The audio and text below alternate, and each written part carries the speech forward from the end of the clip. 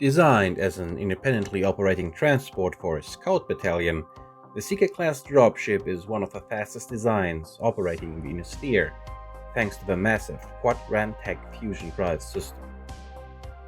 The Seeker-class was created to carry a scout battalion into hostile territory and to operate independently of support vessels for extended periods.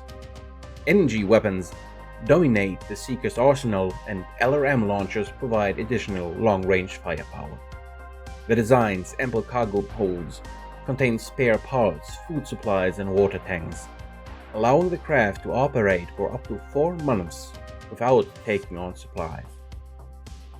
As a spheroid-type dropship, the Seeker must rely completely on its drive thrust to stay in the air during atmospheric operations.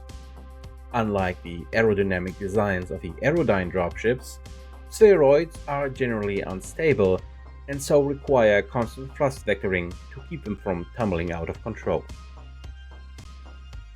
The Seeker's interior is divided into 3 major sections. The topmost section is divided into 4 decks. The bottom deck contains the ship engineering control center, batteries, heat pump, backup generators, coolant reserves, machine shops, and spare parts storage. The next deck up contains the recycling plant, the laundry, life support systems, and storage for fresh water, ammo, food, and repair parts. The next deck contains the troop bay, the crew quarters, separate crew mess and equipment storage, the bridge, and the combat operations center. The last deck contains the docking collar, avionics, forward weapons bay, communications gear, and more batteries. Running through the center of the lower 2 sections is the dropship's heavy shielded fusion power plant and engine core. The large drive system, which accounts for almost a third of the Seeker's mass, primarily consists of 4 small fusion reactors. Each reactor is independently operated and shielded, which allows engineers to safely work on a single reactor without having to shut down the entire drive system. In an emergency, the craft can survive on a single reactor. It is not unknown for Seekers to operate on only 2 reactors for an extended period. This system also conserves fuel, as 3 reactors can be shut down while the 4th functions at a low power. When full power is needed, this single reactor has enough output to restart the other 3, a process that requires only about 5 minutes to perform. The lowermost section contains the ship's enormous vehicle bay. The Seeker's configurable main bay can accommodate a wide range of 3,700 tons of cargo. Normally, the dropship carries 40 light vehicles and 4 platoons of infantry, but it is not unusual to see a Seeker carrying only 28 vehicles, with the extra space being used for lands of BattleMechs. Some Seekers even carry pairs of Aerospace fighters in their vehicle bays. These modified bays are not as efficient as dedicated fighter bays, but they do the job still. The Seeker carries its passengers in 3 bays, each of which is further divided into 3 small sub-bays. Each sub-bay houses a single platoon of scouts or a squad of motorized infantry.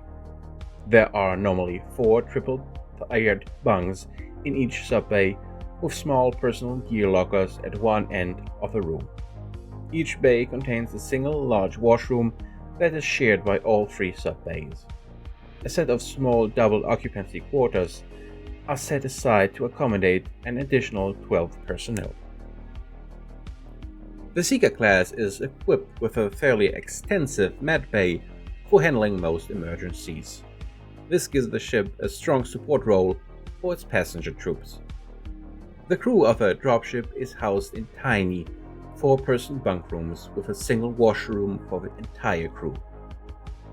Each bunk room has a pair of beds, a fold-down table, and 4 large personal storage lockers. Relying more upon speed to enter and flee hostile territory, the Seeker-class weapons array is geared towards lengthy independent operation and therefore dominated by energy weapons. The nose bear, its forward-facing armaments consist of just 2 PPCs, one on each side, while the aft quarters each feature an LRAM-10 and large laser paired with twin medium lasers on each side, repeating the laser trio directly aft. 2 tons of missile reloads are carried for the LRAM-10s. The use of primarily energy-based weapons was meant to allow the Seeker to operate for extended periods without regular supply. However, the light weapons array has since proven to be inadequate in encounters with aerospace fighters. The dropship's lack of fighter base is probably its greatest weak point. In the absence of fighter support, it must often depend upon its own firepower to ward off enemy fighters. Many Seekers have been lost in solitary encounters with aerospace assets. To remedy this situation, many of these dropships carry a pair of aerospace fighters in the vehicle bay.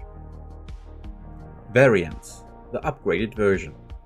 The Federated Commonwealth, Free Worlds League, and Capellan Confederation all operate Seekers refitted with advanced recovered technology. The most common version is that jointly developed by Semia Datatron and Salvatore Incorporated for the Federated Commonwealth in 3054. A relatively minor modification is done to the weapons array, which switches the PPCs and large lasers for extended range models, and adds Artemis 4 flight control systems to the LRM-10 launchers. More extensive are the changes to the vessel's transport bays. The primary vehicle bay is reduced to carrying 36 light vehicles, while the space for infantry is increased to 9 platoons.